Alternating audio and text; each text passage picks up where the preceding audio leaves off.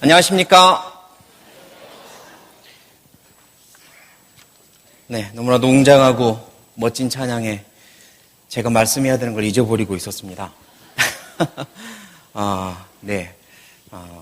가슴에 감동을 준 찬양 많이 연습하시고 또 하나님께 드려주신 찬양대 감사하고요. 같이 기도하고 하나님의 말씀 배우시겠습니다. 기도하겠습니다.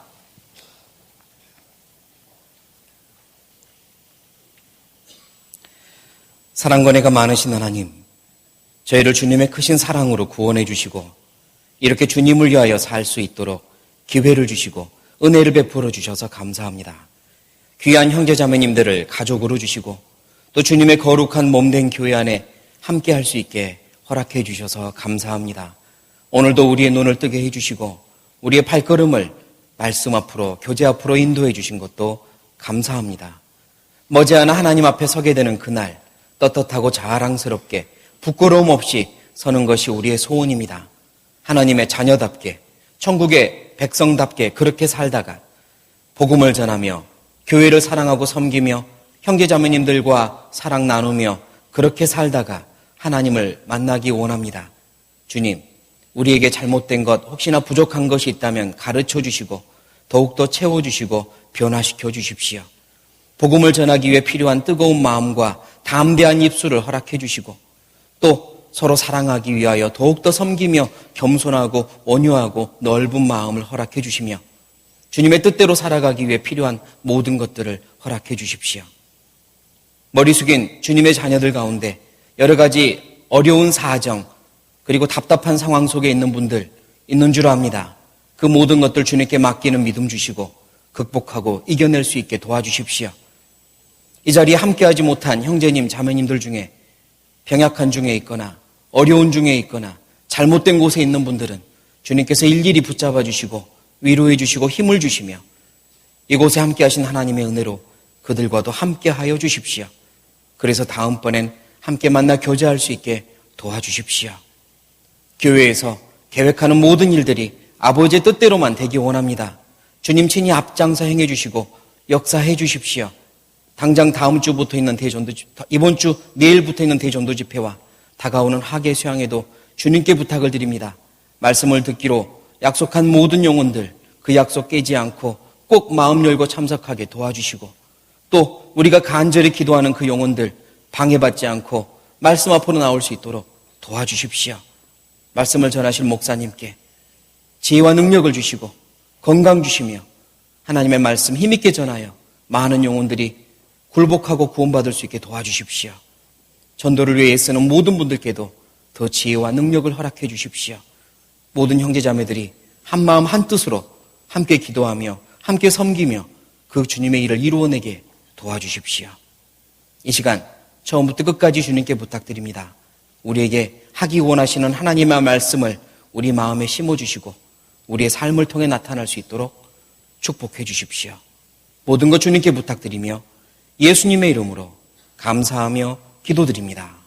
아멘. 다시 한번 인사드리겠습니다. 안녕하십니까? 네, 저는 수원교회에서 교제하고 있는 최훈일이라고 합니다. 약 한 달 반 전에 전주교회 설교 배정, 주일 설교 배정을 받았고요. 보통 저희가 이제 설교를 한 달 반 전에 배정을 받게 되는데 한 달 반 전에 그러면 저희가 이제 기도를 하죠. 하나님 어째서 저를 그곳으로 보내시는 겁니까? 많은 교회가 있고 또 많은 전도인들이 있는데 그 중에 이곳으로 보내시는 건 결코 우연이 아닐 거니까 어째서 저를 보내시는 겁니까? 라고 기도를 하며 어떤 말씀을 하나님의 말씀을 전하기 원하시는 겁니까? 기도하며 또 묵상을 합니다. 그리고 최근에 가장 제가 묵상하고 있는 내용들 아마 그 내용들을 가서 나누라고 보내신 것이 틀림없겠구나 그렇게 생각을 하게 되고 그리고 이제 그 말씀을 보통 가지고 오는데요. 이번에도 최근에 제가 말씀 안에서 깊이 묵상하고 있는 내용들을 함께 나누고자 합니다. 아마 그 말씀들을 나누기를 원하실 것이고 또 어떤 분들께는 하나님께서 꼭 가르쳐주고 싶은 내용이 있을 거라 믿습니다. 아마 이곳에 오신 분들 단 한 명도 주일날은 역시 교회 밥이 맛있어 이런 마음으로 점심 먹으러 오신 분들 없잖아요. 물론 말씀 듣고 나서 먹는 그 밥이 꿀맛이긴 하지만 오신 목적은 주 이름 말씀을 배우려고 오신 거니까 마음 활짝 여시고 이 시간 제 마음에 하나님의 말씀을 새겨주십시오. 이런 마음으로 함께 하시면 좋겠습니다. 함께 찾고 싶은 말씀은요. 잠언 16장입니다. 잠언 16장.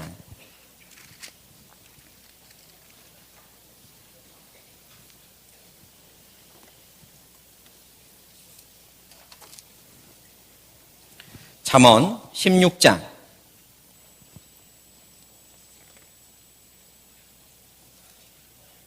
11절입니다. 잠언 16장 11절 같이 읽겠습니다. 공평한 간칭과 명칭은 여호와의 것이요 주머니 속의 추돌들도 다 그의 지으신 것이니라. 마침 오늘이 16일이라 아침에 잠언 16장을 읽고 오신 분도 있을 것 같은데요. 이 말씀을 또 하나님께서 주셨다 믿습니다. 이 말씀을 평소에는 그냥 지나치다가 어느 날 이 말씀을 깊이 묵상을 하게 되었는데요. 그리고 나서 마음에 깨닫는 바가 있고 또 힘과 위로가 되는 바가 있어서 함께 나누고자 합니다. 그래서 제목은 주머니 속의 추돌이라고 제목을 함께 잡아보았고요. 일단 이 말씀은 하나님께서 공평한 간칭과 명칭을 들고 다니시는데 여기서 간칭이나 명칭은 저울을 이야기하고요.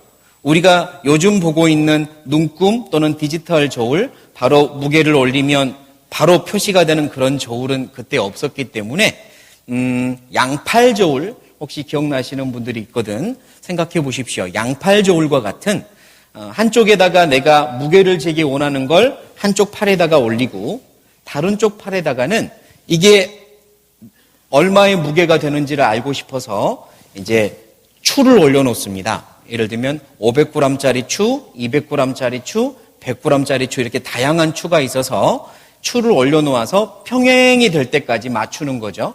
그리고 나서 여기에 올라가 있는 추들의 합을 내면 왼쪽에 이쪽에 있는 무게가 이제 알 수 있는 겁니다. 그런 저울을 이제 하나님이 말씀하고 계시는 거예요.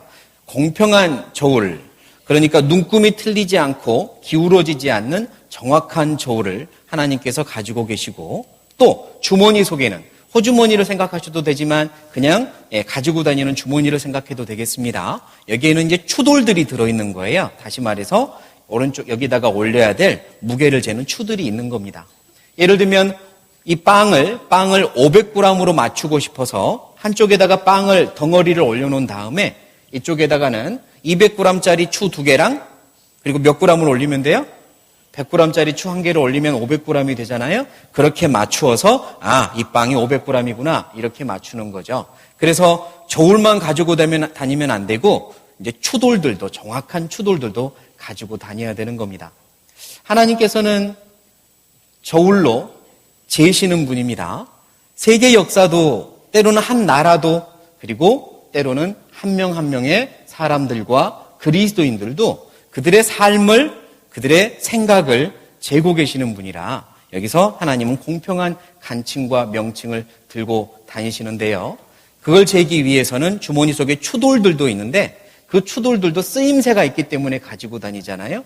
그리고 여기서 이 추돌이 의미하는 게 뭘까? 그리고 우리 신앙에 적용할 만한 어떤 교훈이 있을까? 함께 생각해 보고 싶습니다. 일단 하나님은 무게를 재는 분이세요. 예를 들면 사무엘상 2장으로 가면 이런 말씀을 찾을 수 있습니다. 사무엘상 2장.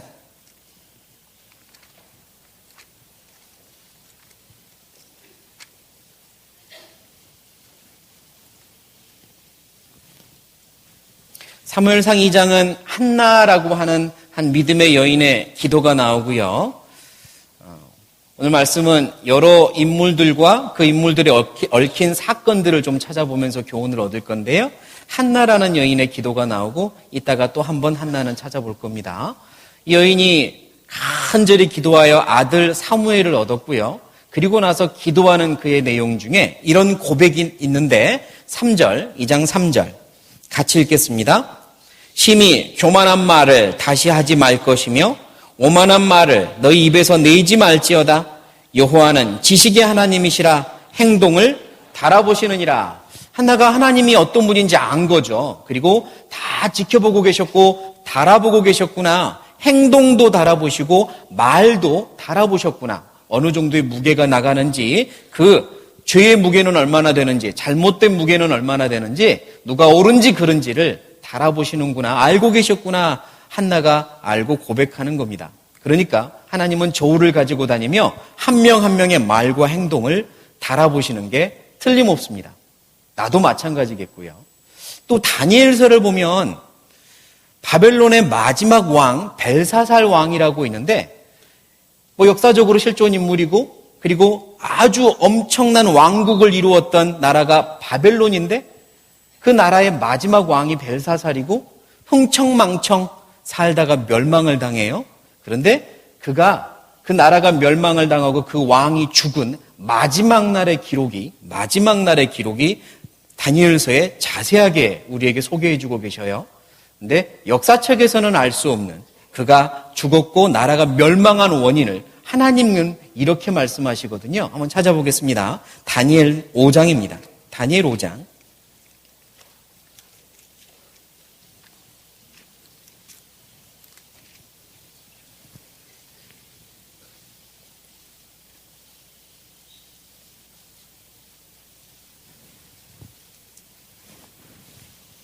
다니엘 5장 1절입니다. 제가 읽겠습니다. 벨사살 왕이 그 귀인 1,000명을 위하여 큰 잔치를 배설하고 그 1,000명 앞에서 술을 마시니라. 자, 이제 이 벨사살 왕은요, 아주 흥청망청 이렇게 살았던 왕입니다. 나라가 부강해지고 힘이 강력해지고 그 선조들의 이런 업적 속에서 교만은 이를 데 없이 교만해졌고요.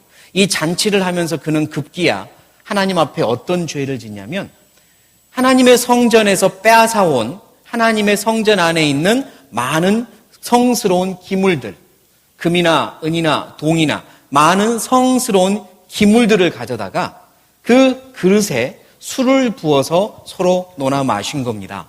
하나님의 성전에 있는 거룩한 그릇들, 하나님께 제사를 드리고 하나님을 섬기는 데 사용돼야 될 그 그릇들을 가져다가 거기다가 술을 부어서 흥청망청 마시는 엄청난 교만한 일을 행하는 겁니다. 하나님께서 그때 진노하셨고 저울에 달아보시던 하나님이 이제 그들 눈앞에서 갑자기 한 손이 나와서 벽에다가 글을 쓰고 사라지는데 이 사람들이 깜짝 놀라 벌벌벌 떱니다. 그리고 이 벨사살 왕은 누구든지 나와서 저 글을 해석 좀 해보아라 라고 요청을 하고, 그때 다니엘이 와서 그 벽에 글을 해석을 해줘요. 이건 하나님의 말씀입니다 이러면서 그 말씀에 그 벽에 쓴 글의 뜻을 알려주는데요. 뜻이 이랬습니다. 한 장 넘겨서 25절부터입니다. 25절부터 27절까지 같이 읽죠. 기록한 글자는 이것이니 곧 메네 데겔 우바르시니라. 그 뜻을 해석하건대 메네는 하나님이 이미 왕의 나라의 시대를 세워서 그것을 끝나게 하셨다 하며, 데겔은 왕이 저울에 달려서 부족함이 배었다 하며 됐습니다. 뜻이 뭐냐? 하나님이 이미 세워서 끝났다라고 말씀하시고, 또 저울에 달아보았더니 부족함이 보였다라고 글에 벽에다 쓰셨다는 겁니다. 하나님이 달아보시고 그러시다가 이제 부족해서 도무지 더 이상 안 되겠다 싶어서 그 나라를 멸망시킵니다. 이 잔치했던 날이 그 나라의 멸망한 날이었어요. 그리고 그날 죽습니다. 그러면 하나님께서는 틀림없이 달아보시는 거잖아요. 그리고 성전의 그 기물들, 그릇들은 사실 또 성경에서 그릇은 선이 쓰는 그릇, 귀이 쓰는 그릇이 있고 천이 쓰는 그릇도 있고 이렇게 말씀하시면서 누구든지 하나님 앞에 귀한 그릇이라고 말씀을 하시는데, 우리가 또 그릇이거든요. 이 그릇을 잘못된 목적으로 잘못 사용하면 아마 벨사살처럼 하나님이 달아보고 계시고 기록하고 계시겠구나라는 교훈도 얻을 수 있습니다. 여하튼 하나님은 저울을 가지고 재보시는 분입니다. 그리고 하나님께서 이제 추를 사용하죠. 정확하게 재기 위해서. 이 추에 대해서 생각을 좀 해보고 싶은데요. 잠언 11장을 찾겠습니다. 잠언 11장.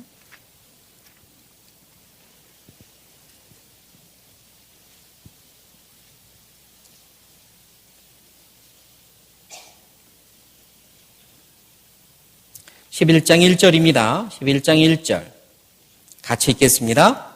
속이는 저울은 여호와께서 미워하셔도 공평한 추는 그가 기뻐하시느니라. 네, 하나님께서는 늘 정직한 그리고 딱 맞는 저울과 그리고 공평한 추를 기뻐하신다고 말씀합니다.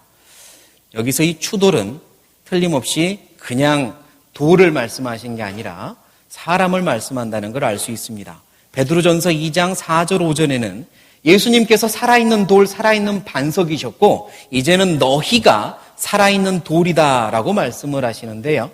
살아있는 돌, 영어로는 리빙 스톤이잖아요. 그래서 우리가 알고 있는 유명한 믿음의 선인 중에 리빙 스톤이라고 산돌이라는 이름을 그대로 사용하고 있는 선교사도 있고요. 너희가 이제 리빙 스톤 산돌이다 이렇게 말씀하시는데 추돌은 우리들 하나님이 주머니 속에서 가지고 다니는 하나님의 일꾼들을 말씀한다고 보고 교훈을 받아도 틀림없습니다.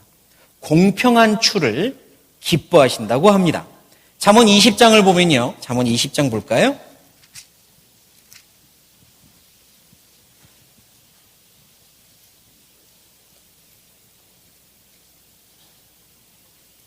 (20장 10절입니다) 잠언 20장 10절 또 같이 읽겠습니다. 한결같지 않은 저울추와 말은 다 여호와께서 미워하시느니라.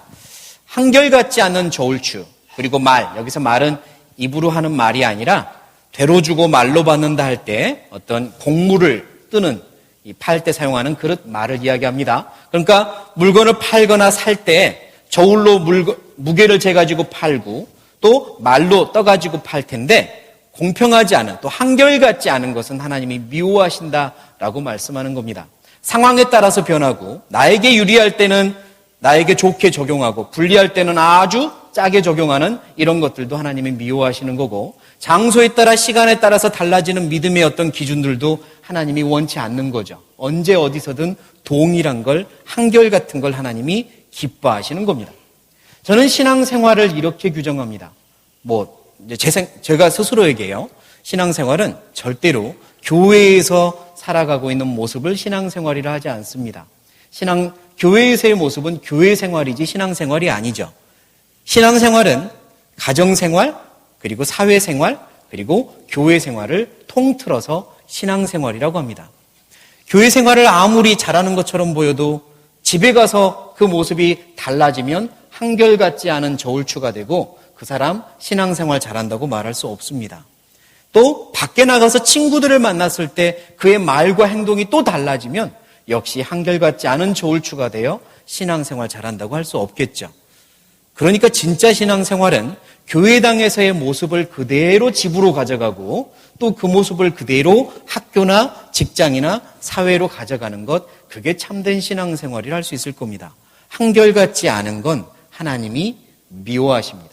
신명기 25장을 보면 너는 주머니에 각각 다른 같지 않은 저울추를 두지 말라라고 말씀하는데 이 말씀은 어떤 의미냐면 물론 주머니 안에는 저울추가 각각 다르게 있어야 합니다. 아까 말한 것처럼 200g짜리, 100g짜리, 50g짜리 각각 다른 무게가 있어야 정확하게 재니까 다른 저울추가 있는 게 맞는데요. 다른 같지 않은 저울추를 사용하지 말라는 이야기는 팔 때와 살 때 다른 추를 사용하지 말라는 이야기입니다. 나에게 유리하게만 적용하지 말라는 이야기예요. 예를 들면 어느 제과점에요. 아주 오래된 옛날 빵을 파는 그런 제과점이 있었습니다. 빵가게가. 그리고 이 빵가게 주인은 버터를 사용해서 빵을 만드는데 늘 거래하는 버터 가게가 있었고요. 그리고 거기서 늘 일정량의 버터를 사가지고 와서 빵을 만들었습니다. 그런데 어느 날부턴가 버터의 양이 줄어드는 걸 느낍니다. 500g씩을 늘 주문해서 샀는데요. 어느 날부턴가 버터의 양이 줄어든 것 같은 거예요. 그래서 저울로 재봤더니 그럼 그렇지 500g이 아니라 450g씩 오는 겁니다. 기분이 몹시 나쁜 이 빵 가게 주인은요, 바로 신고를 합니다. 그리고 이제 그 버터 가게 주인이 잡혀갔어요. 그리고 조사를 받는데요, 이 버터 가게 주인이 억울해합니다. 저는 속인 적이 없습니다. 그럼 어째서 무게가 이렇게 다른 거요? 그랬더니 우리 집에는 저울은 있는데 추가 없어서 500g의 버터를 이 주인이 저에게 달라고 하니까 매일 가서 그 빵 가게에서 500g 빵을 사왔습니다. 그리고 그 빵을 놓고 버터를 놓은 다음에 평행하게 해서 늘 갖다 줬습니다. 그러니까 저는 늘 정직하게 500g을 판 겁니다. 그러고 보면 누가 사실은 속인 거예요? 빵가게 주인이 자기가 450g으로 낮춘 거죠. 그러니까 자기한테는 유리하게 500g을 적용하고 남한테는 450g을 500으로 팔았으니까 그게 같지 않은 저울추를 사용한 겁니다.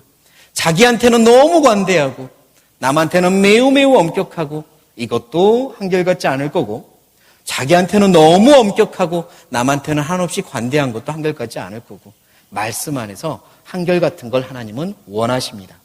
그러면 하나님이 사용하는 공평한 저울추는 그야말로 언제나 정직하고 언제나 성실하고 한결같이 진실한 걸 원하시는 거죠.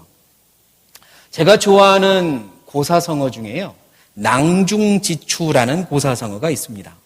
낭중지추가 어떤 뜻이냐면, 이 낭자는 주머니 낭자입니다. 한번 스스로 해석해 보세요. 중은 가운데 중이에요. 지는 뭐뭐에라고 하는 지입니다. 자, 그러면 낭중지까지는 나왔네요. 주머니 속에고요. 추는 무슨 추일까요? 이게 추돌추면 너무 성경적이고 좋은데요, 송곳추입니다. 무슨 추요? 송곳추예요. 낭중지추는 주머니 속에 들어있는 송곳이라는 뜻이고, 주머니에다가 송곳을 집어넣으면 끝이 뾰족하기 때문에 언젠가는 밖으로 이렇게 송곳이 드러난다는 이야기입니다. 재능 있는 사람은, 그리고 인물은 가만히 있어도 알려지고 드러나게 되어 있다라는 의미가 낭중지추입니다. 이 추가 추돌추면 너무 좋겠는데, 그래서 한 번은 생각도 해봤습니다. 어디 중국 저기 사자성어 협회가 있으면 한번 이렇게 청원도 해볼까 했는데요, 뭐 쓸데없는 짓이고. 여하튼 성경은요, 주머니 속에 추도를 말씀하는데 의미는 비슷합니다. 주머니 속의 송곳은 자기가 뾰족하게 드러날 것인데요, 주머니 속의 추돌은 드러나진 않아요. 그렇죠? 그러면 누구한테 달려있냐면 그 주머니를 가지고 다니는 주인한테 달려있습니다. 이 주인이 이 주머니 속의 추도를 필요에 맞게 사용하시는 겁니다.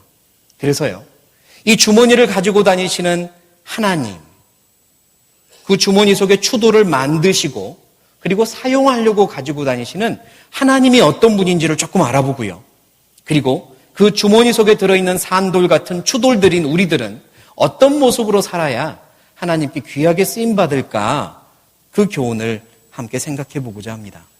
주머니를 가지고 다니는 하나님. 혹시 여러분 주머니에 지금 뭐 있는지 당장 말해보라면 다 말씀할 수 있으세요? 에이, 내 주머니에 뭐 있는지 모르는 사람 어디 있어요? 근데 저도 간혹 진짜 제 머리를 쥐어받고 싶을 정도로 실수할 때가 참 많더라고요. 안경 닦기를 가지고 왔나 싶었는데 아무리 뒤져봐도 없을 때도 참 많고요. 때로는 자동차 키를 가져온 줄 알았는데 자동차 키가 없어서 집에 다시 왔다 갔다 한 적도 참 많아요. 아, 이제 점점 이렇게 어른이 되어가는 증거인가? 근데 어렸을 때도 그랬어요. 어렸을 때도 너무너무 소중한 걸요, 주머니 속에 있는지도 모르고, 부끄러운 이야기지만 그냥 살짝 재밌으라고, 제가 6학년 때요, 구원받기 전입니다. 구원받기 전 6학년 때 제 친구들한테 누드 사진을 한 장 받았습니다. 그래가지고요, 6학년 이 사춘기 소년이 누드 사진을 꼬깃 접어가지고 호주머니 속에 깊숙이 넣어가지고 집에 가지고 왔어요. 그리고는 그 사진을 분실해버렸습니다. 어디 있었지? 그 사진이 어디 있는 거야? 아무리 찾아도 없는 거예요. 그래서 어디 땅에다가 흘렸나 보다 하고 잊어버렸습니다. 근데 대학생이 되고 나서 저희 어머니가 이야기하는 거예요. 나 네 바지 빨다가 심장이 멎는 줄 알았다. 그때 가서 이야기하는 거예요. 순간 불길한 딱 생각이 그때 들더라고요. 왜요? 그랬더니 아니 뭐가 종이가 나오길래 나는 혹시 돈인가 해서 봤는데 글쎄 여자 누드 사진이 있더라. 어머니가 그때 기도를 엄청 했답니다. 이걸 어떻게 해야 될까 어떻게 해야 될까. 네, 저한테는 그게 정말 너무나도 사실은 숨기고 싶고 감추고 싶은 중요한 거였을 거 아니에요. 그런데도 주머니 속에 있는 줄 모르고 어머니한테 맡겼으니까 그럴 수 있잖아요. 사람이 중요한 걸 호주머니 넣어놓고도 어디에 있는지 뭐가 있는지 잊어버릴 수 있어요. 심지어는 돈 들어있는 바지를 빨고 나서 아구야 내 돈 하고 빼가지고 다림질한 적도 있잖아요. 그러니까 사람은 잊어버리는데 중요한 건요, 하나님은 이 주머니 속에 있는 추돌들, 단 하나의 추돌도, 아무리 작은 무게의 추돌도 절대로 잊어버리지 않는다는 사실이 중요합니다. 주머니를 가지고 다니시는 하나님, 그분이 어떤 분인지를 알면 내가 또 어떻게 살아야 될지를 조금 더 알 수 있습니다. 첫 번째, 주머니를 가지고 다니시는 하나님은 다 보고 계시고 다 듣고 계시는 분입니다. 시편 94편입니다. 시편 94편.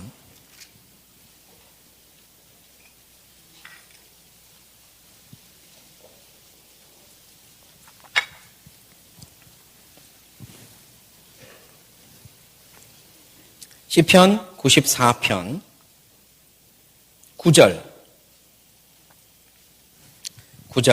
같이 읽겠습니다. 귀를 지으신 자가 듣지 아니하시리야. 눈을 만드신 자가 보지 아니하시리야. 귀를 만드신 하나님은 들으라고 만드셨고 눈을 만드신 하나님은 보라고 만드셨습니다. 그렇게 만들어주신 하나님이 듣는 걸 모르시고 보는 걸 모를 리가 없으시잖아요. 우리의 모든 것들을 다 듣고 계시고 보고 계십니다. 이건 어쩔 때는 굉장히 두렵고 무서운 말씀이며 어쩔 때는 굉장히 위로가 되고 힘이 되는 말씀입니다. 다 듣고 계십니다. 룻이라고 하는 여인이 있습니다. 룻기의 주인공인 이 룻이라고 하는 여인은 이방 여인이었습니다. 이스라엘 여인인 그 시어머니 나오미와 그리고 아들들이 모압이라고 하는 이방 땅에 와서 살면서 이제 아들과 만나 결혼을 한 여인이 룻입니다.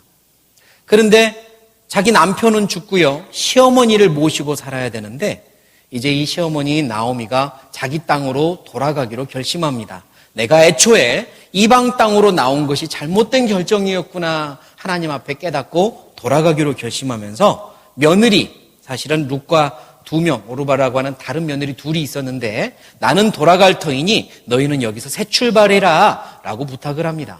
그런데 이 룻이라는 며느리는 어머니, 저는 따라갈 겁니다. 어머니의 백성이 저의 백성이고 어머니의 하나님이 저의 하나님입니다. 이제는 떠나지 않을 겁니다. 비록 남편이 죽었지만 어머니를 자기 정말 친어머니처럼 섬기기로 이미 작정했습니다. 그리고 낯선 땅, 외국 땅, 유다 땅으로 이제 이 이스라엘의 땅으로, 유대 민족이 있는 땅으로 돌아옵니다. 그리고는 이제 어머니를 모시기 위해 이런저런 일을 하면서 추수를 하고 있는 논밭에 가서 이삭 줍기를 하는데요. 마침 이삭 줍기를 하던 땅에 그 굉장히 선량한 신실한 믿음의 사람인 주인이 보아스라고 하는 그 땅에 가서 이삭 줍기를 하는 겁니다. 그리고 하나님의 섭리대로 이 룻은 그 주인 보아스를 만나게 됩니다. 그때 보아스가 한 말이 있어요. 룻이라는 것을 알고 나서 어떤 말을 하냐면 이렇게 말합니다. 룻기를 찾아보죠. 룻기 2장.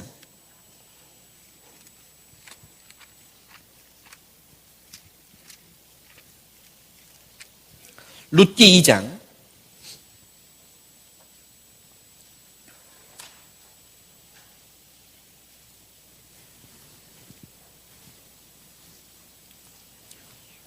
2장 11절입니다. 11절 같이 읽겠습니다. 보아스가 그에게 대답하여 가로되 네 남편이 죽은 후로 네가 시모에게 행한 모든 것과 네 부모와 고국을 떠나 전에 알지 못하던 백성에게로 온 일이 내게 분명히 들렸느니라. 보아스가요, 내가 다 듣고 있었다 이렇게 말합니다. 너가 너희 시어머니에게 효도를 행한 일들, 어렵게 결정하고 네 시어머니의 백성과 하나님을 향하여 이곳으로 온 일들 내가 다 들었다라고 이야기합니다. 얼마나 위로가 됐을까요? 그리고 얼마나 또 깜짝 놀라기도 했을 거 아닙니까? 아니, 저분이 나에 대해서 어떻게 듣고 있었지? 보아스는 예수님의 그림자이기도 합니다. 하나님이 듣고 계셔요. 아무도 모르는 일들을 하나님이 듣고 계십니다. 내가 했던 일들, 내가 당했던 일들, 내가 참았던 일들을 듣고 계십니다. 주머니 속에 있다고 해서 모르는 게 절대 아니세요. 다 듣고 계십니다. 또한 다 보고 계십니다. 마가복음 6장을 찾아보죠. 마가복음 6장.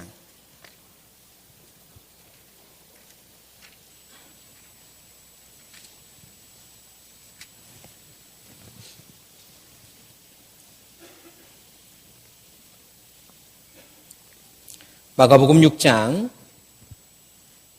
46절부터 제가 읽겠습니다. 무리를 작별하신 후에 기도하러 산으로 가시다.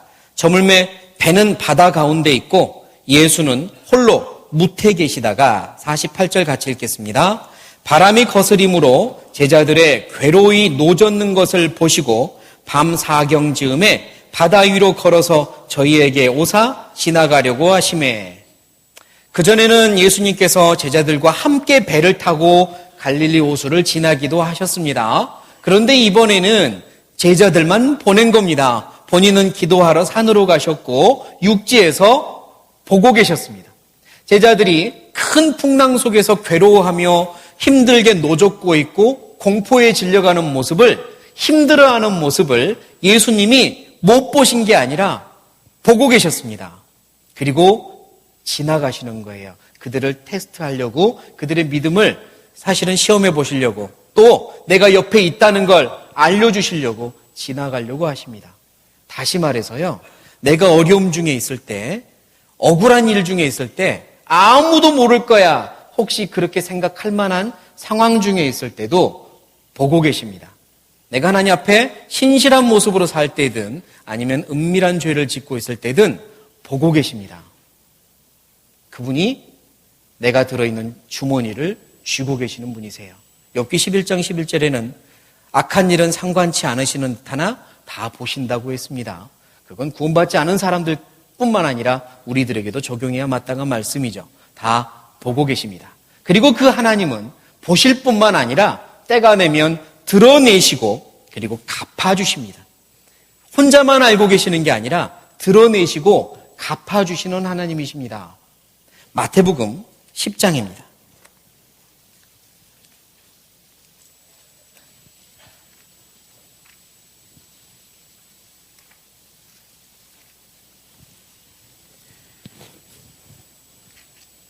(10장) 26절.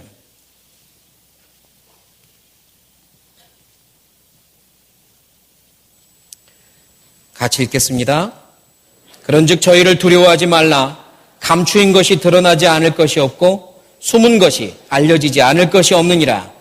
분명히 여기저기서 말씀하십니다. 감추인 것은 반드시 드러난다고, 숨은 것은 반드시 알려진다고 말씀하십니다. 아무것도 하나님 앞에서 숨길 수 없습니다. 드러내 주십니다. 이 역시 때로는 굉장히 힘이 되지만 때로는 두려운 말씀이기도 하죠. 한 두어 명 정도의 인물이 생각이 납니다. 일단 요셉이라는 사람을 생각을 해보죠. 요셉. 그는 사랑받는 11번째 아들이었습니다. 그러나 이제 혹시 제가 상황 설명을 자세하게 시간상 못 드리니까요. 사건을 알고 계시는 분들은 함께 생각해 보시고 좀 생소한 이름이나 사건이면 다음번에 꼭 이제 읽으시면서 확인하시면 좋겠습니다. 요셉, 그는 11번째 아들이었는데요. 형들의 미움을 받아서 그만 지나가는 상인한테, 외국 상인한테 팔려버립니다.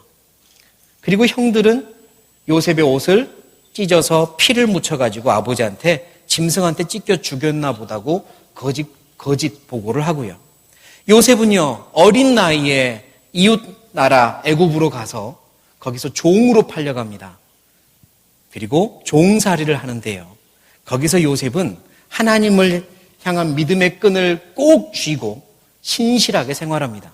정직하게, 성실하게, 한결같이 믿음의 생활을 하는 거예요. 그런데 억울한 일을 당해가지고요. 거기서 그렇게 열심히 해서 한참 주인의 신뢰를 받고 있다가 억울한 일을 당해가지고 지하 감옥으로 들어가 버립니다. 아주 심각한 죄를 지은 사람들이 들어가는 햇빛 하나 들지 않는 감옥으로 들어갔어요. 하지만 요셉은 거기서도 신실하게 생활합니다. 신앙생활이란 형제자매들을 만나고 말씀을 배우고 그래야만 신앙생활이 아니라 형제자매들을 전혀 만나지 못해도 말씀을 전혀 들을 수 없는 상황 속에서도 신앙생활은 하는 겁니다. 하나님 붙잡고 살아가는 게 신앙생활이니까요. 제가 알고 있는 어떤 자매님은 벌써 몇 개월째 병원에서 암 투병 중인 남편을 수발하고 있습니다. 교회제 한 번도 못 나오고 교회 생활 못합니다. 하지만 어느 누구도 그분이 신앙생활 하지 않고 있다고 말 못합니다. 왜요? 그 가운데서 하나님 붙잡고 살아가니까요.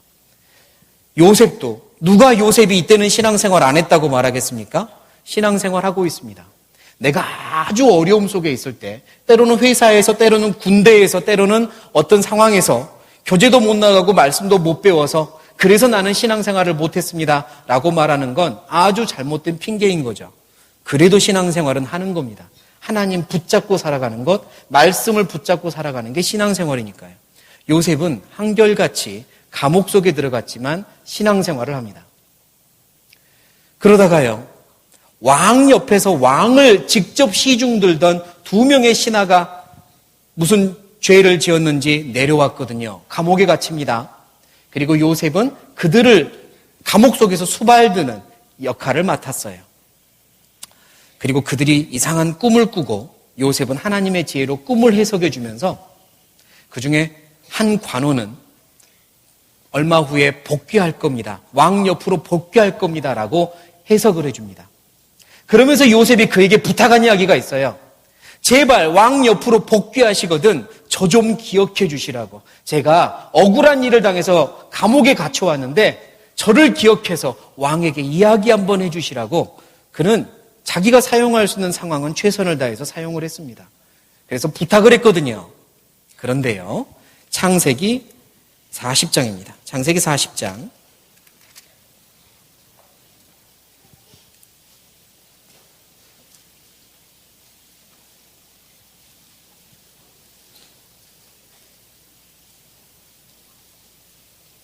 창세기 40장 23절. 40장 23절 같이 읽겠습니다. 술 맡은 관원장이 요셉을 기억지 않고 잊었더라. 그런데 이 복귀할 거라고 말한 한 명의 이 관리, 술 맡은 관원장은 요셉의 말대로 꿈의 해석대로 왕 옆으로 다시 갔거든요. 그런데 잊어버립니다. 요셉의 부탁을 잊어버렸어요. 사람은 잊어버립니다. 사람은 잊어버릴 수 있습니다. 내가 사람들에게 부탁했던 것 또는 그가 분명히 보았던 것들까지도 잊어버립니다. 그런데요, 저는 이 말씀 바로 뒤에다가 제가 글로 성경을 좀 더 썼습니다. 분명히 성경에는 더하거나 빼지 말라고 했지만 이제 저의 묵상을 쓴 겁니다.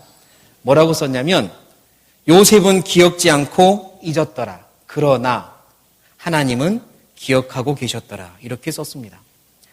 하나님은 기억하고 계셨습니다. 단 지금 드러낼 때가 아니라 참고 계신 겁니다.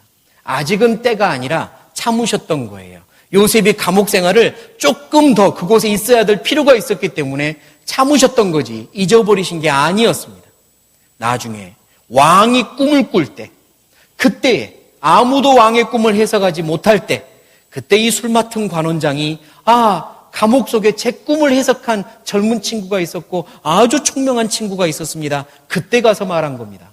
그리고 요셉이 왕의 꿈을 해석하고 바로 총리가 되어 흉년을 극복하게 되거든요.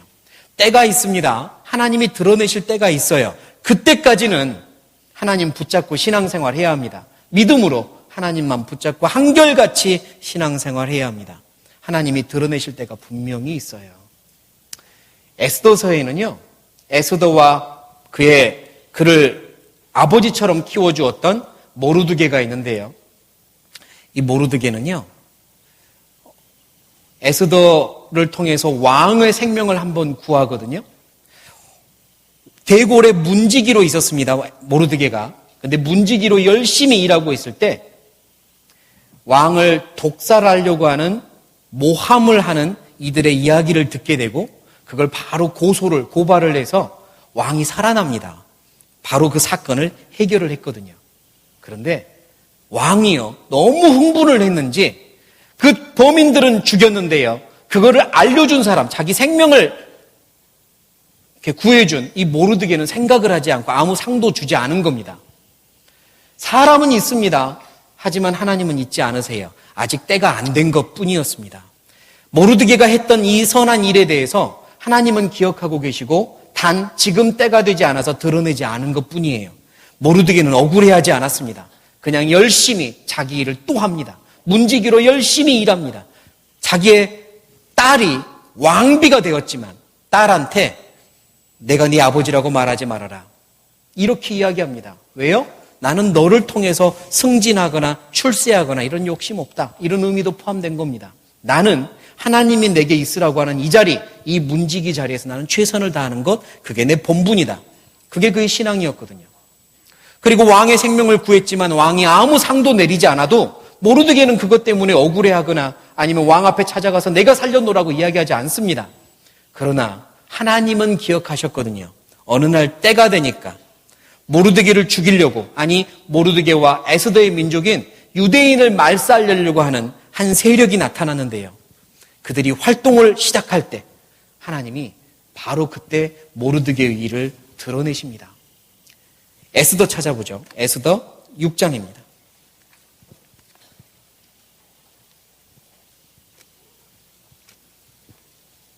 에스더 6장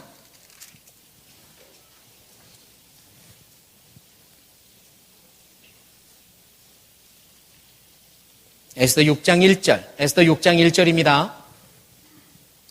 같이 읽겠습니다. 이 밤에 왕이 잠이 오지 아니하므로 명하여 역대 일기를 가져다가 자기 앞에서 읽히더니, 6장 1절은 어떤 단어로 시작합니까?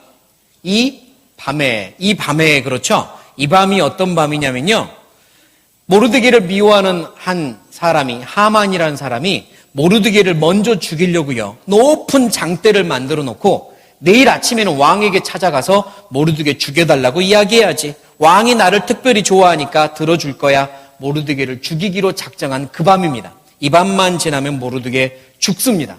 그런데 그 밤에 왕이 잠이 오지 않는 거예요. 평소에 풍류를 좋아했던 이 왕은요, 어쩌면 잠이 오지 않으면 여봐라, 당장 술을 들라 하라, 이렇게 했을 수도 있는데 이 왕이 그날따라 여봐라, 나에게 책 읽어주라, 이렇게 부탁합니다. 그래서 예의하고 이제 왕의 도서관으로 달려가서요, 왕의 도서관에 책이 몇 권 있겠습니까? 10권? 100권? 수만 권의 책이 있었을 텐데 그 중에 하나 뽑아가지고 가지고 와서 그 중에 딱 펼쳐가지고 읽는데 어떤 내용이었냐면, 얼마 전에 왕이 독살을 당할 뻔했다가 살아났다는 내용을 읽습니다. 그때 왕이 무릎을 탁 치면서 가만히 있자, 그때 내가 나를 살려준 사람 보상을 했느냐? 아니요, 보상했던 기록이 없습니다. 여봐라, 당장 그를 불러다가 높이 올려라, 높이 보상을 해라. 그 밤에 그런 일들이 벌어지면서 역전이 되거든요. 한번 읽어보십시오. 너무너무 멋집니다. 제가 굉장히 좋아하는 성경이 에스더 성경인데요, 에스더는 하나님이라는 단어가 한 번도 없어요. 주님이라는 단어도, 성령님이라는 단어도 한 번도 등장하지 않습니다. 그래서 한때는 에스더 성경은 성경이 아닌 거 아니야? 빼려고 했기도 했습니다. 그런데요, 에스더 처음부터 끝까지 다 하나님이라는 글자는 없지만 하나님이 크게 역사하는 게 보입니다. 에스더서의 주인공은 잘 읽어보면 에스더나 모르드게가 아니라 하나님이세요. 너무 멋진 성경인데 하나님이 딱 보고 계시다가 때가 되니까 이때다 하고 감추인 걸 드러내시는 겁니다. 그 밤에. 다시 말해서요, 주머니를 들고 계신 하나님은, 다 보고 듣고 계신 하나님은 때가 되면 드러내십니다. 이 땅에서 드러내지 않으면 천국에서 드러내십니다. 가끔은 천국에서 드러내실 것도 남겨놓으셔야죠. 여기서 다 드러내면 천국 가서는 박수 받을 게 부족할 수도 있잖아요. 우리가 즐겨 부르는 찬양, 주님이 기억하시면 좋하리, 그리고 천사도 흠모하는 아름다운 그 모습, 천국에서 해같이 빛나리. 우리의 많은 것들이 천국에서 드러나고 천국에서 해같이 빛나려면 때로는 천국에 갈 때까지 하나님이 드러내지 않고 가지고 가시는 것도 있습니다. 고린도전서를 찾아보죠. 고린도전서 4장.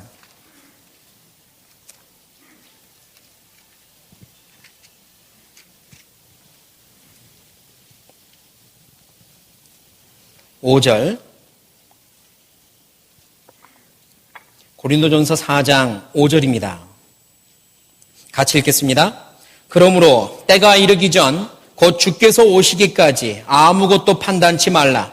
그가 어두움에 감추인 것들을 드러내고 마음의 뜻을 나타내시리니 그때에 각 사람에게 하나님께로부터 칭찬이 있으리라. 어두움에 감추인 걸 드러내실 때가 있는데 때로는 우리가 사는 세상에서 적당한 때에 드러내시지만 때로는 천국에서 드러내기도 합니다. 그때에 칭찬을 해주실 겁니다. 그러니까요. 하나님 모르시나 봐. 하나님 앞에 감추어졌나 봐. 내 사정을 아무도 모르나 봐. 그럴 필요 없습니다. 하나님 아시고 드러내 주실 거예요. 우리는요. 하나님 믿고 가는 겁니다. 그게 신앙이에요. 우리 하나님은 보고 듣고 계신 분이고요. 감추인 것은 반드시 드러내시고 갚아주시는 분이며 그리고 적당한 때에는 꼭 사용해 주시는 분입니다. 잠언 16장 오늘의 어떤 잠언이죠. 16장 4절에는 모든 것들은 적당하게 만들어졌고 모든 것들은 적당하게 쓰신다고 말씀하시며 그리고 때로는 스스로 악해진 사람도 하나님이 적당한 때 사용한다고 말씀하십니다. 모든 것들은 하나님이 적당하게 만드셨고 사용하세요. 우리도 마찬가지입니다. 모든 그리스도인들, 모든 살아있는 이 돌들 하나님이 사용하십니다. 적당한 때에 찾아오시고 사용해 주세요. 사도 바울 유명하잖아요. 사도 바울 하나님 앞에 너무나도 귀하게 쓰임 받았죠. 그가 하나님을 만나기 전에는 그리스도인들을 핍박하는 사람이었다가 다메섹으로 가는 길에 예수님을 만나고 그의 삶이 완전히 잘못됐다는 걸 깨닫고 회개하고 구원을 받거든요. 구원을 받고 나서요 당장 삶이 변해서 예루살렘에 가서 아주 믿음의 그 사도들 그리고 예루살렘 총회의 일꾼들을 만나 교제도 하는데요. 사울이 변해버린 사도 바울의 원래 이름이 사울이었으니까 변해버린 모습을 보고 배신감을 느낀 많은 옛 동료들이 사울을 막 죽이려고 하니까요. 다른 형제자매들이 사울을 피난을 시킵니다. 어디로 보내냐면 자기 고향이었던 다소 땅으로 보내요. 사울이요. 구원 받자마자 하나님 앞에 귀하게 쓰임받은 게 아닙니다. 정확한 연도가 기간이 성경에 드러나진 않지만 약 5년 이상을 고향에 있었습니다. 처음부터 쓰임받은 게 아니라 구원받고 약 5년 이상을 고향에 있었어요. 그럼 뭐 했을까요? 거기서 썩고 있었을까요? 아닙니다. 낭중지추. 결국은 드러나는 겁니다. 사울은 거기서 예수님의 그리고 모세의 모든 행적들을 돌아보고 성경을 더 연구하며 자기가 받은 구원에 대해서 더 깊이 묵상하고 그런 세월을 보낸 겁니다. 그러다가 때가 되니까 누군가가 사울을 찾아와서 부릅니다. 사도행전 찾겠습니다. 사도행전 11장.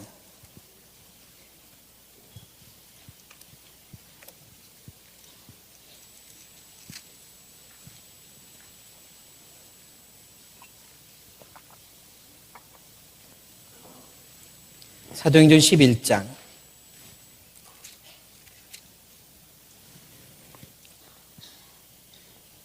25절 사도행전 11장 25절 같이 읽겠습니다. 바나바가 사울을 찾으러 다소에 가서 이때까지 사울은 다소 고향에 있었습니다. 구원받고 나서 처음부터 활발하게 활동한 게 아니라 그곳에 있었어요. 그리고 하나님이 때가 되니까 그를 부른 겁니다. 바나바가 목회하고 있는 안디옥 교회, 첫 번째 이방인이 중심된 교회, 그곳에 사울을 불러서 함께 동역하며 그때부터 사울이 하나님 앞에 귀하게 쓰임받기 시작했어요. 하나님이 보고 계십니다. 때가 되면 사용하십니다.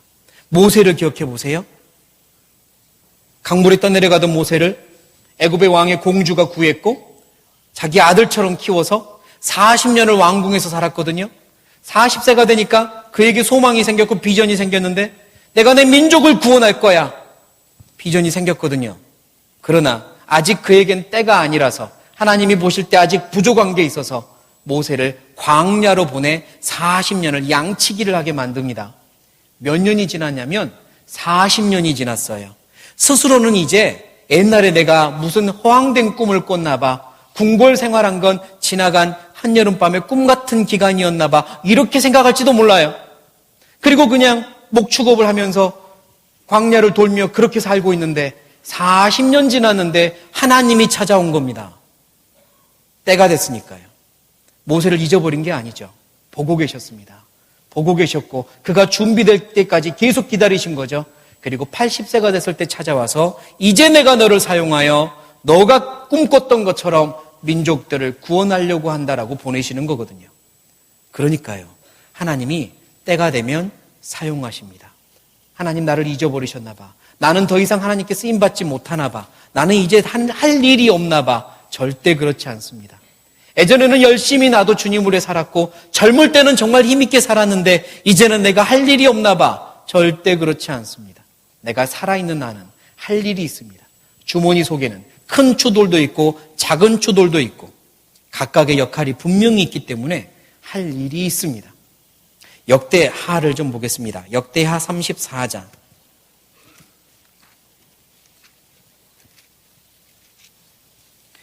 역대하 34장.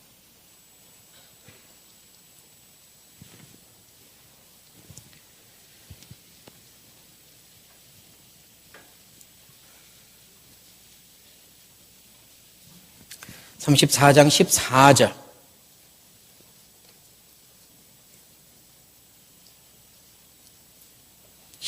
제가 읽어보죠.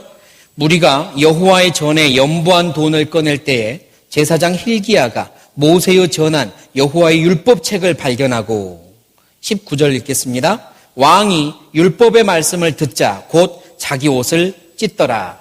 자, 무슨 사건이냐면 이스라엘 역대 왕들 중에 다윗 이후로 가장 많은 훌륭한 왕이 있었지만 가장 훌륭하다고 말할 수 있는 요시야 왕이 대대적으로 성전을 개혁하고 민족들의 신앙을 하나님 앞으로 이끌기 위해 신앙 회복 운동을 벌입니다. 그는 8살 때 왕이 되었고요. 그의 아버지와 할아버지는 아주 악한 왕이었거든요. 그래서 우상을 드리고 성전을 완전히 회파했는데 어떻게 그런 아들이 손자가 나왔는지 요시야 왕이 그걸 다 회복시키려고 노력합니다. 8살이 왕이 되고요. 18년이 흘러 26세가 되었을 때 하나님께서 그의 노력들을 보고 계시다가 어느 날 성전 속에 감추었던 하나님의 말씀을 드러내십니다. 누가 그곳에 숨겨놨었는지는 알 수 없지만 그것도 하나님의 섭리였을 것이고요. 그동안 쭉 숨기고 계셨던 것도 하나님의 뜻이었을 것이며 이제 그 말씀이 갑자기 나타난 거죠. 요시야 때. 요시야 왕이 그 말씀을 보고 옷을 찢습니다. 너무나도 놀라운 말씀들이 하나님의 말씀이 거기 있었거든요. 하나님을 떠나고 하나님을 배신하고 순종하지 않고 불순종하면 얼마나 큰 벌을 받을지 그 말씀들이 있었거든요. 요시야가 깜짝 놀랍니다. 그리고 이제 우리가 어떻게 해야 되지? 우리가 어떻게 해야 될지 우리에게 가르쳐줄 사람을 좀 찾아보아라. 그 시대에 선지자들이 있었습니다. 요시야 왕과 비슷한 나이대의 예레미야 선지자도 있었고요. 하바국 선지자, 스바냐 선지자도 있었습니다. 그런데 찾아보아라 할 때 그들을 찾아간 게 아니에요. 그 선지자들을 찾아간 게 아닙니다.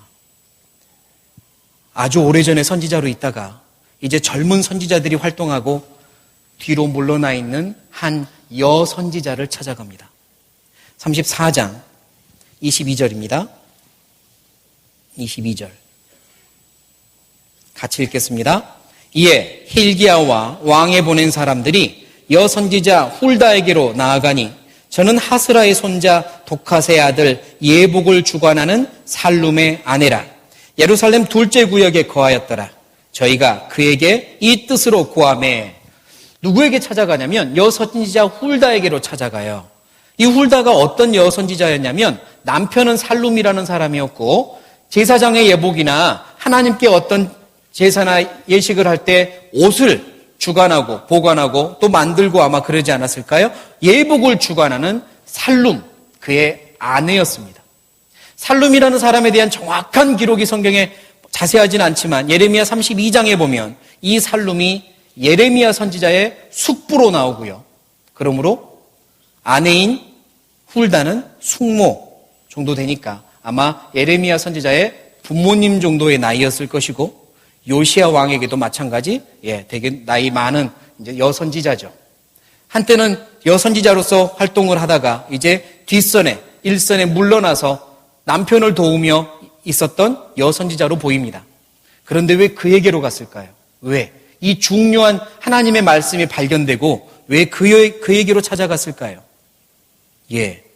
뒷선에 물러났지만 하나님을 향한 말씀을 사모하고, 그리고 이 말씀을 향한 열정과 그리고 하나님을 향한 신앙은 놓치지 않고 있었기 때문입니다. 늘 민족을 사랑했고 민족들이 하나님께로 돌아오기를 간절히 바라며 기도했기 때문이겠죠. 그래서 하나님이 그 여인을 기억하고 계셨고, 보고 계셨고, 듣고 계셨고, 기억하고 계시다가 드러내 주실 뿐만 아니라 사용하신 겁니다. 그 여인에게 찾아가서 이제 어떻게 해야 되냐를 묻는 겁니다. 그리고 여선지자 훌다는 하나님의 심판이 아주 무섭게 준비되어 있으나 요시야 왕, 당신이 행한 많은 선한 일들을 하나님이 기억하셔서 당신이 살아있는 동안에는 그런 일은 없을 겁니다 라고 가르쳐주니 요시야 왕이 더욱더 백성들에게 우리 하나님께로 돌아가자고 더욱더 신앙 회복 운동을 박차를 가합니다. 그러니까요, 그냥 일선으로 물러나 보였던 이 여선지자를 하나님이 기억하고 계셨던 거예요. 보고 계신 겁니다. 그리고 사용하신 겁니다.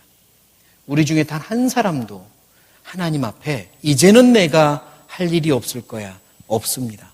하나님이 분명히 사용하실 겁니다. 나의 기도를 원하시고 있고 내가 해야 될 기도가 반드시 있는 겁니다.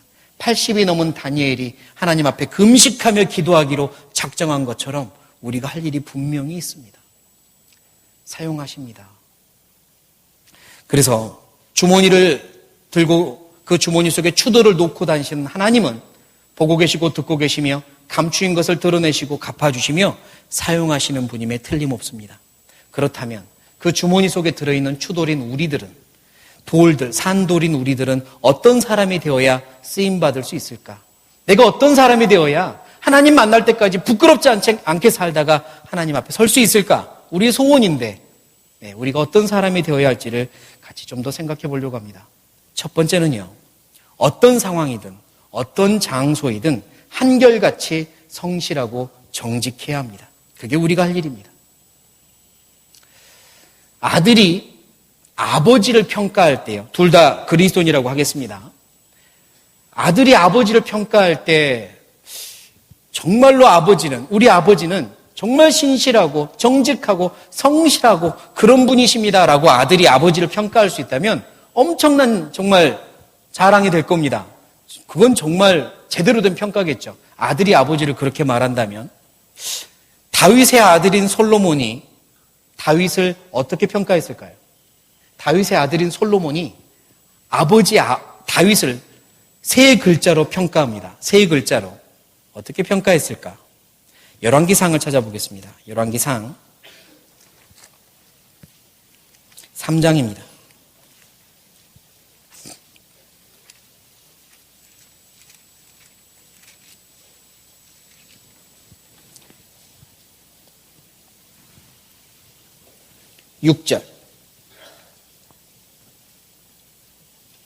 열왕기상 3장 6절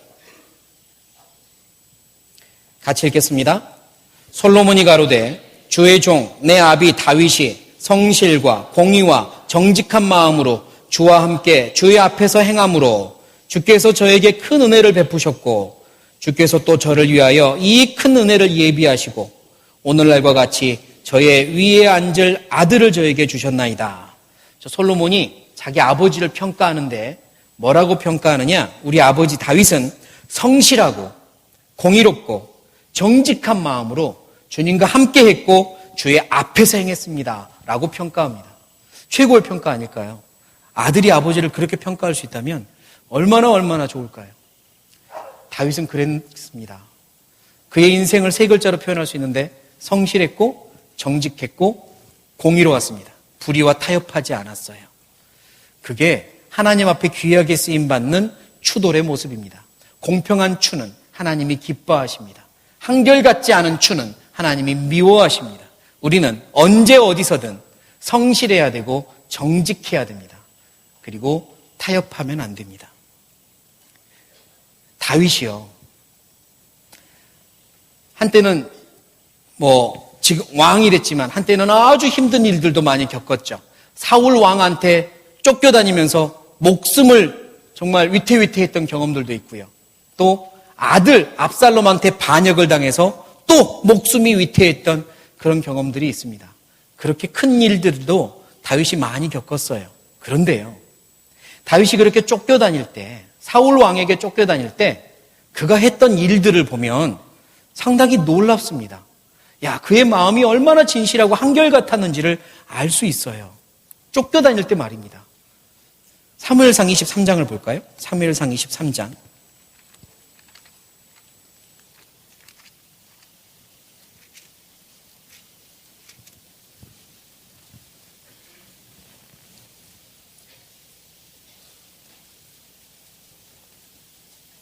(23장) 1절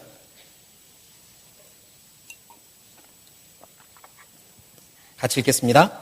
혹이 다윗에게 고하여 가로되 보소서 블레셋 사람이 그 일날을 쳐서 그 타작마당을 탈취하더이다.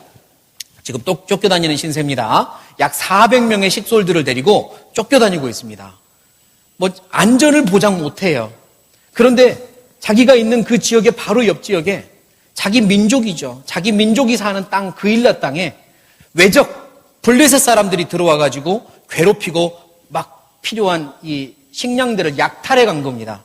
불쌍한 우리 민족들이 약탈을 당했어요. 그 소식을 듣습니다. 다윗이 어떻게 했을까? 자기도 쫓겨다니는 신선데, 그리고 따르는 사람들도 다 지금 지치고 지쳤는데, 다윗이요, 하나님께 묻습니다. 하나님 어떻게 하면 좋겠습니까?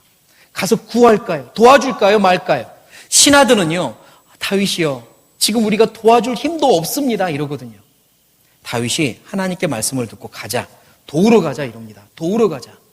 그리고 쫓겨다니는 신세였는데도요, 자기 민족을 도우러 그 블레셋 그들과 싸워서 이기고 다 빼앗아 옵니다.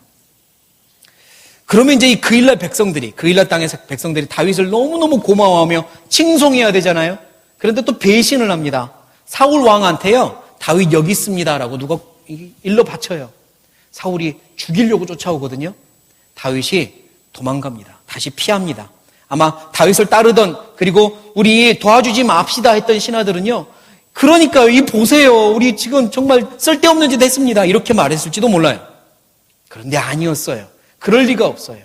다윗이 도망갈 때요, 바로 앞장에서 따르는 무리가 400명이었는데 다윗이 떠날 때 13절에 보면 600명으로 늘어납니다. 다윗의 그 모습을 보고 다윗을 따르기로 하는 사람들이 200명이 늘었어요. 그뿐이 아니죠.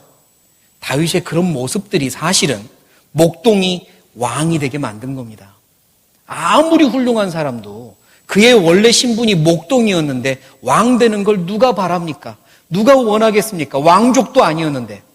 그런데 다윗이 왕이 된 건요, 이런 사건들에서 최선을 다하고 백성들을 한없이 사랑하는 이 한결같은 걸 보여줬기 때문에 백성들이 저 사람이라면 우리를 다스려도 돼, 저분이라면 우리의 운명을 맡겨도 돼, 이러고 왕으로 삼은 겁니다.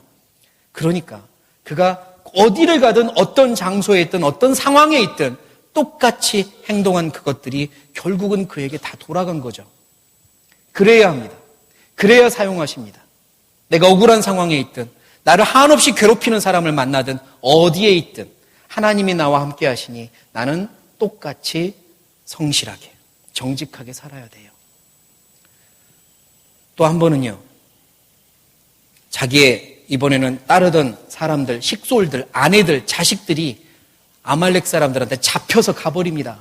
어디 갔다 오는 동안 또 큰일을 당한 거예요. 이번에는 따르는 군인들이요, 다윗을 죽이려고까지 했습니다. 미워서. 다윗이 그때 기도하고요, 하나님 도와주세요. 그리고 가자, 찾으러 가자 이러거든요. 가는 길에 한 애굽 출신 종을 만나는데요, 다 죽어갑니다. 3일 밤낮을 먹지 못하고 마시지 못했어요. 지금 갈 길이 바쁜데, 지금 자기 빼앗긴 아내와 자식들 찾으러 가야 되는데 죽어가는 한 애굽 종을 만났는데요, 다윗이 어떻게 하냐면 먹이고 재우고 마시우라 그럽니다. 그가 회복을 합니다. 그리고 나서 그에게 물어봅니다. 너 어디서 왔느냐? 알고 봤더니 자기 가족들을 다 데리고 갔던 아말렉 그들 속에 있었던 사람이고요, 버림받은 겁니다. 제가 그들 어디 가는지 압니다. 그래, 그럼 도와주라. 예. 그래서 찾아가서 다 데리고 왔어요. 그 애굽 종이 아말렉에서 버림받은 사람인지 몰랐지만 그 죽어가는 한 생명을 그냥 지나치지 않았기 때문에 자기 가족들을 무사히 데려올 수 있었던 겁니다. 어떤 상황에서도 한결같이 사랑하고 그리고 영혼을 사랑하고 백성을 사랑하는 그 마음을 하나님이 보시고 나라를 맡긴 겁니다. 다윗뿐만이 아닙니다. 하나님 앞에서 한결같은 사람 하면 요셉도 마찬가지죠. 아까 종으로 팔려갔던 요셉은요, 그 주인의 안주인, 주인의 부인이 자기를 막 유혹하면서 우리 침상에서 동침하자라고 유혹할 때 그가 그걸 뿌리치며 했던 말은 뭐냐? 내가 어찌 이같이 큰 죄를 하나님 앞에서 짓겠습니까? 나는 하나님 앞에서 그런 죄를 짓지 못합니다 라고 뿌리치거든요. 어떤 상황에서도 내가 하나님 앞에 있다는 걸 그는 잊지 않았습니다. 그래서요, 쓰임받는 추돌이 되려면 어떤 상황에서도 정직하고 성실하고 한결같아야 합니다. 그리고 두 번째, 쓰임받는 추돌이 되려면 오해를 받거나 억울한 일을 당해도 그 때문에 흔들리지 말아야 합니다. 오해를 받거나 또는 억울한 일을 당할 일 있습니다. 분명히 있습니다. 그러나 그때 흔들리지 않는 것이 매우 중요합니다. 한나 이야기를 아까 했었는데요. 잠깐 사무엘상 1장으로 가보죠. 사무엘상 1장.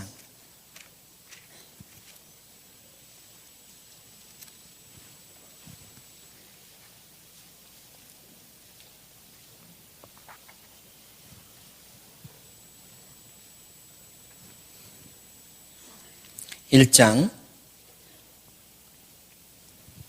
12절부터 제가 읽겠습니다. 12절부터 제가 읽겠습니다. 그가 여호와 앞에 오래 기도하는 동안에 엘리가 그의 입을 주목한즉 한나가 속으로 말하매 입술만 동하고 음성은 들리지 아니하므로 엘리는 그가 취한 줄로 생각한지라. 엘리가 그에게 이르되 네가 언제까지 취하여 있겠느냐? 포도주를 끊어라. 한나가 대답하여 가로되, 같이 읽겠습니다. 나의 주여, 그렇지 아니하나이다. 나는 마음이 슬픈 여자라. 포도주나 독주를 마신 것이 아니요 여호와 앞에 나의 심정을 통한 것뿐이오니. 됐습니다. 한나가 자기를 괴롭히는 동서가 있었는데 분인나입니다. 분인나는 아들이 있었고 한나는 자식이 없어요. 그래서 자꾸 괴롭힙니다. 그렇지 않아도 마음이 계속 상심될 텐데 옆에서 괴롭히는 사람까지 있으니 얼마나 힘들겠습니까? 얼마나 곤란하고 얼마나 우울하고 얼마나 원통하겠어요. 그 원통함을 어디다가 풀겠습니까? 그래서 그는 하나님 앞으로 옵니다. 하나님 앞으로 와서요, 거기서 기도를 합니다. 간절히 기도합니다. 입술은 막 움직이는데 속으로만 기도하니까요, 옆에서 보면 뭔가 중얼중얼 하는 것처럼 보입니다. 거기서 계속 기도하고 있는 모습을 엘리 대제사장이 봅니다. 대제사장이 누굽니까? 가장 신앙적으로 존경받는 인물, 누가 보아도 신앙적으로는 하나님과 가장 가깝다고 여겨지는 인물 아니겠어요? 아주 쉽게 비교를 하면 전주교회에서는 담임 목사님 이렇게 여하튼 그런 어떤 가장 하나님과 가깝다고 여겨지는 인물 아니겠어요? 그런데 엘리가 와가지고 그렇지 않아도 비참하고 그렇지 않아도 원통한데 그래서 간절히 기도하고 있는데 거기다가 오해를 하나 더한 거잖아요. 어디 감히 여기까지 와서 술 마시고 지금 술 취해가지고 주정하느냐고. 이 여인아, 포도주와 독주를 당장 끊어라. 이렇게 말하는 겁니다. 알아보지도 않고. 보통 이런 상황이면 우리는 어떻게 될까요? 참고 참았던 게 폭발할 가능성이 매우 높지 않아요? 아니라고 눈에 그냥 갑자기 쌍심지를 키면서 어떻게 그렇게 말할 수가 있냐고 그러지 않겠어요? 대제사장이나 돼가지고 나한테 그럴 수가 있냐고 그 앞에서는 말 못해도 다른 데 가서는 막 하지 않겠습니까? 그런데 한나는요, 아닙니다. 제가 술을 마신 게 아닙니다. 저 기도하고 있었습니다. 마음이 너무 슬퍼서 기도하고 있었습니다라고 그냥 겸손하게 이야기합니다. 그로 인해서 억울하거나 그로 인해서 상대방을 원망하지 않았습니다. 대제사장한테 오해를 받고 대제사장한테 억울한 일을 당해도 한나는 하나님께 맡겼습니다. 왜요? 하나님만 알고 계시면 되니까요. 때로는 살면서요, 신앙생활하면서 오해받는 일이 있는데 구역장님, 조장님한테, 심지어는 전도인한테도 오해받을 수 있습니다. 완벽한 사람이 아니니까 오해할 수 있잖아요. 때로는 그분이 나를 오해한 건 아니지만 나 혼자 느끼기에 오해하고 있을 거야, 이럴 수도 있잖아요. 오해받을 때, 억울할 때 어떻게 하겠습니까? 그때 한나처럼 해야 됩니다. 하나님께 맡겨야 돼요. 하나님 아시니까.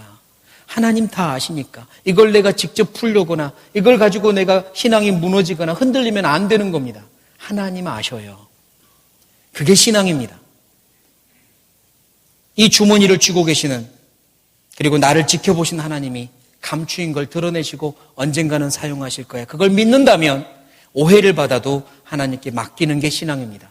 그런 사람을 사용하십니다. 다윗도 그랬습니다. 다윗에 대한 유명한 일화가 있죠. 사무엘하입니다. 사무엘하 16장.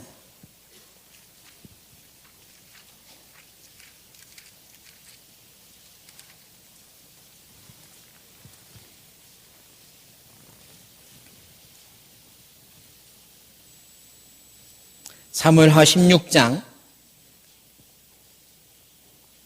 11절 12절 11절 12절 같이 읽겠습니다. 또 아비새와 모든 신복에게 이르되 내 몸에서 난 아들도 내 생명을 해하려 하거든 하물며 이 베냐민 사람이랴 여호와께서 저에게 명하신 것이니 저로 저주하게 버려두라. 혹시 여호와께서 나의 원통함을 갚아주시리니 오늘날 그 저주 까닭에 선으로 내게 갚아주시리라 하고. 다윗이 억울한 말 많이 듣습니다. 정말 원통한 말 많이 듣습니다. 성경에는 그 중에 한 일화만 소개하고 계시지만 친구들이 자기를 배신하고 억울하게 하고 외롭게 한 적이 한두 번이 아닙니다. 근데 여기서는요, 사울에게 쫓겨가는데, 아니 압살롬에게 쫓겨가는데, 아들한테 반역당하고 쫓겨가는데 한 사람이 와서 돌을 던지면서 다윗을 저주하는 겁니다. 내 너 그럴 줄 알았다. 내 너 그럴 줄 알았다. 이러면서 옆에 있는 다윗의 부하 신하들이요, 막 분을 내면서 당장 죽여야 되지 않겠냐고 이렇게 말하는데 다윗이 그때 했던 말은 믿음의 말입니다. 가만두어라. 하나님이 그렇게 허락하신 것 아니겠느냐. 그러면서 그가 했던 말은 이 저주 까닭에, 이걸 내가 하나님 앞에 참은 까닭에 선으로 갚아줄 것이다. 그게 믿음입니다. 억울한 일을 받을 때 이걸 내가 한번 참고 하나님께 맡기면 하나님이 더 좋은 걸로 갚아주실 거야. 이게 믿음입니다. 다윗은 그렇게 했습니다. 이론이 아니라 실제로 했습니다. 그러니까요, 주머니 속의 추덜들은 억울한 일을 당할 때 흔들리지 말아야 합니다. 그래야 사용하십니다. 믿음을 끝까지 견지해야 합니다. 그리고 또 쓰임받기 위한 세 번째는요, 내게 맡겨진 역할을 붙잡고 자기 자리를 잘 지켜야 합니다. 자기 자리를 잘 지키는 것, 그게 쓰임받는 비결입니다. 다윗이요,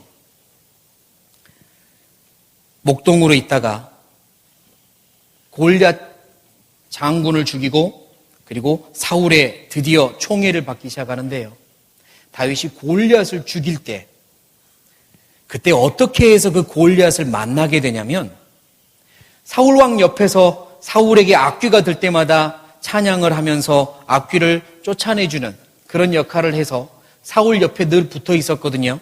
어린 소년인데요. 그래서 이제 아버지 옆에서 아버지의 양을 치며 그렇게 목축업을 하다가 왕이 불렀기 때문에 주로 왕 옆에 붙어 있었습니다. 그러다가 전쟁이 일어나면 왕이 휴가를 주는 거죠.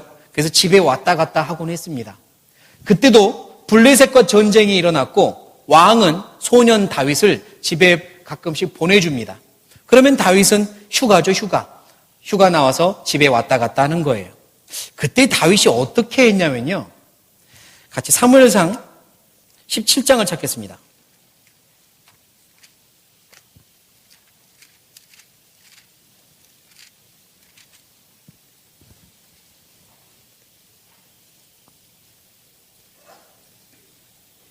(17장) 15절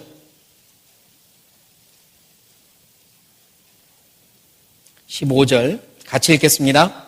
다윗은 사울에게로 왕래하며 베들레헴에서 그 아비의 양을 칠 때에, 분명히 다윗은 사울 옆에서 왔다 갔다 합니다. 막내 아들이었고요. 막내 아들에게 양을 치게 맡겼었죠.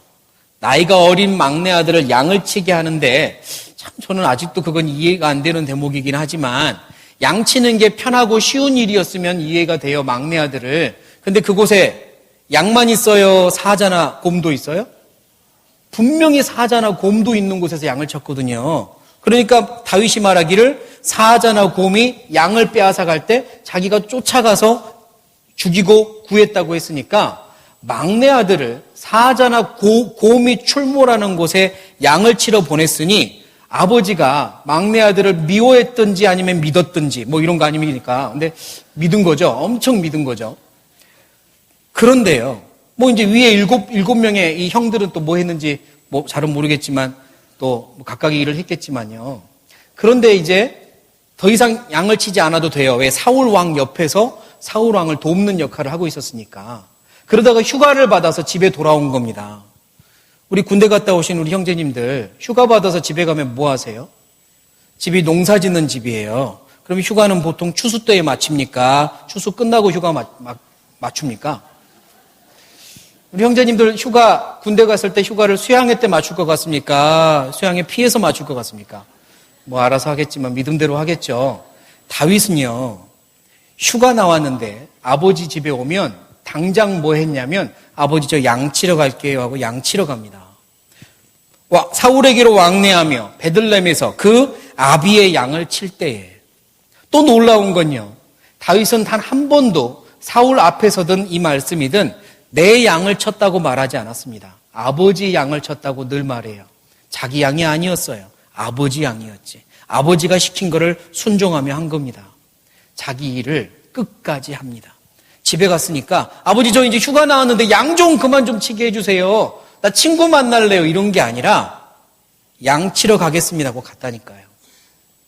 그래서 하나님이 다윗을 사용한 겁니다. 그 모습을 지켜보시고 아버지의 양을 저렇게까지 성실하게 치면 내가 맡긴 백성은 얼마나 잘 관심을 가지고 사랑하며 인도할까? 그래서 맡긴 거죠. 작은 일에 충성되니 큰 일도 맡긴 거 아니겠습니까? 다윗은 그랬습니다. 자기 자리를 굳건하게 지켰습니다. 내 일이 뭔지 알았어요. 사울 왕 옆에 가면 그 일을 하고 집에 가면 또 그 일을 했습니다. 우리에게 주어진 일들 피하려고 하지 말고, 요령 피우려고 하지 말고 한결같이 성실하게 하는 게 진짜 쓰임받는 비결입니다. 주님이 언제 오실지 모르지만 오시기 전에 내게 계획한 일들 또는 나를 통해서 이루어질 일들이 다 한바탕 이루어지는 걸 우리는 봐야 되지 않겠습니까? 그럴 수 있습니다. 하나님이 계획하고 계시고 우리를 사용하기 원하세요. 재능이 많은 걸 하나님이 사용하지 않습니다. 낭중지추, 송곳추자는요, 재능 있는 사람은 드러난다는 의미이지만 주머니 속의 추돌은 재능 있는 사람이 드러나는 게 아닙니다. 하나님이 신실하고 성실한 사람을 드러내서 사용하십니다. 주머니 속에 있기 때문에 자기가 아무리 나오고 싶어도 삐져나오지 못합니다. 늘 가려져 있죠. 하지만 그걸 알고 계신 하나님만이 때에 맞게 들어서 사용하시는 겁니다. 우리는 주머니 속에 들어있는 추돌들이에요. 하나님이 아십니다. 하나님이 사용하세요. 정말로 귀하게 쓰임받고 싶지 않으세요? 내 위치를 지켜야 합니다. 내일부터는 대전도 집회입니다. 집에서 교회당으로 왕래하며 아버지의 양을 지키는 심정으로 내 자리를 지키고 기도하고 한 영혼이 구원받기 위하여 함께 합력하는 게 다윗이라면 그렇게 했을 거고 우리가 해야 될 일입니다. 힘들고 피곤하겠지만 내가 있어야 할 자리는, 복음이 전해지는 그 장소에서는 반드시 이 자리가 아니겠습니까? 국방부 장관이요, 친구들을 만나서 골프를 치는 거 누가 뭐라 하겠습니까? 하지만 전쟁 중에 골프 치면 비난받아 마땅한 겁니다. 그리스도인이 때로는 쉬기도 하고 때로는 자기 일도 해야겠지만 전쟁 중에는 함께 합력하는 게 마땅한 겁니다. 대전도 집회는 함께 합력하는 시간입니다. 한 영혼을 위해서요. 내일부터 집회가 있는 이유는 딱 그때밖에 시간이 안 되는 영혼들이 있기 때문에 하나님이 내일부터로 정해주신 거겠죠. 딱 그때밖에 시간이 안 되는, 그때 구원받을 수 있는 영혼들을 하나님이 아시기 때문에 내일부터 집회를 정한 겁니다. 그 때밖에 안 되는 영혼이 언젠가는 내 가족이 될 수도 있는 겁니다. 내일은 내 가족이 아니라면 이제는 기도해주고 협력해야죠. 그리고 언젠간 내가 인도하는 사람이 그때 말씀을 들을 땐 다른 분들이 협력해 줄 겁니다. 대전도 집회도 그렇고요. 하계 수양에도 그렇습니다. 하나님은 언제나 희생이 있는 곳에 열매를 주셨어요. 희생이 많은 곳엔 열매가 배가 있게 하셨습니다. 희생의 법칙이에요. 하계 수양에 이번 공주 수양관 믿음관을 위하여 엄청난 기도와 희생이 모였습니다. 그러니까 이번에는 기대를 좀 더 하는 거예요. 엄청난 역사가 있지 않을까. 희생이 그만큼 있었으니 이번 수양에는 조금 더 큰 역사가 있지 않을까. 이번에 데려가면 다른 때는 안 되는 영혼도 어쩜 되지 않을까. 엄청난 기도와 희생이 모여 있었으니까. 그래서 기대하는 겁니다. 그런 마음으로 준비하는 거죠. 내가 누구를 모시고 갈 수 있다면 성실하게, 그렇지 않으면 또 성실하게 봉사하면서 함께 해야 합니다. 그런 분들을 하나님이 기억하시고 사용하실 거예요. 미국에 가면 자유의 여신상이라고 있죠. 큰 관광지입니다. 높이가 92m랍니다. 92m나 되는 그 여신상을 어떻게 만들었을까? 그 유래를 보니까요. 프랑스에서 미국이 독립한 지 100주년 됐을 때 선물로 만들어 보냈답니다. 프랑스 국민들이 성금을 해가지고요. 한 조각가가 프랑스에서 먼저 조각하고 부품을 보내서 거기서 조립해서 올렸대요. 그런데 이 자유의 여신상이 매우 유명해진 이유 중에 또 하나는 92m나 되니까 저 높이 있는 머리에 있는 면류관, 관이나 손이나 횃불은 사람들이 보지도 못하고 보이지도 않아요. 100년 전이면요. 더더욱 거기 누가 올라가서 그거 관광할 일도 없잖아요. 그런데 어느 날 헬리콥터를 타고 그 위를 쫙 올라가서 찍었는데요. 횃불 하나하나가, 머리카락 하나하나가 너무 정교하게 그렇게 조각이 되어 있더라는 겁니다. 사람이 보지 못할 곳까지도 최선을 다해 조각을 해놓은 그 모습을 보고 자유의 여신상이 훨씬 더 유명해졌다고 하는 일화를 봤습니다. 사람이 보지 못해도 하나님이 보십니다. 내가 하는 봉사, 사람이 보지 않아도 하나님이 보십니다. 머리카락 하나를 조각할 때 그 조각가는 최선을 다했을 겁니다. 우리에게 주어진 일들, 내게 맡겨진 자리들 최선을 다해야 합니다. 그러면 하나님이 보십니다. 집회 때, 수양회 때, 어떤 위치에서 어떤 봉사를 하게 되든 하나님이 보시니까 최선을 다하십시오. 그러면 그걸 하나님이 보시고 또 더 큰 일에 사용하실 겁니다. 우리는 하나님의 주머니 속에 들어있는 추돌들입니다. 그리고 정말 쓰임받고 싶어하는, 정말 하나님의 역사에 동참하고 싶어하는 추돌들입니다. 그렇다면 꼭 하나님이 어떤 분인지 아시고 내가 어떤 사람이 되어야 될지 아신 다음에 그대로 실천하며 쓰임받았으면 좋겠습니다. 같이 기도하겠습니다.